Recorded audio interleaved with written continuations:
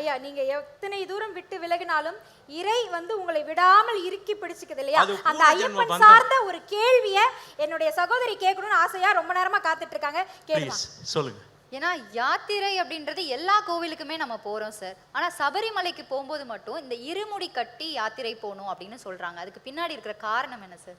ஸ்ரீ பூதநாத கீதை, அதில் வந்து சுவாமி மணிகண்ட சுவாமி ஐயப்பன் அவர் வந்து அகத்திய பெருமான்கிட்ட சொல்கிறார், தன்னை காண வரக்கூடிய பக்தர்கள் எப்படி இப்படிலாம் வரணும். அந்த காலத்தில் வந்து அந்த யாத்திரை மிக கடினமான ஒரு யாத்திரை.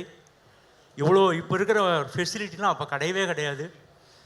அப்போது அதற்கு தேவையான அரிசி, சுவாமிக்கு மட்டும் தேங்காயில் நெய்யை நிரப்பி விரதத்தோடு எடுத்துகிட்டு போகணும். மற்றதெல்லாம் மிளகு, சீரகம், கற்கண்டு, திராட்சை இதெல்லாம் நடு வழியில் அவங்க ஓப்பன் பண்ணி கொஞ்சம் கொஞ்சமாக போட்டு ஒரு கஞ்சி மாதிரி பண்ணி சாப்பிட்றதுக்காக. அதுதான் அந்த இருமுடி தத்துவம். இரு வினைகளை களைவதற்கு அது என்ன பாரம் இருந்தாலும் எல்லா பாரத்தையும் அந்த குழந்தை ஏற்றுப்பான்.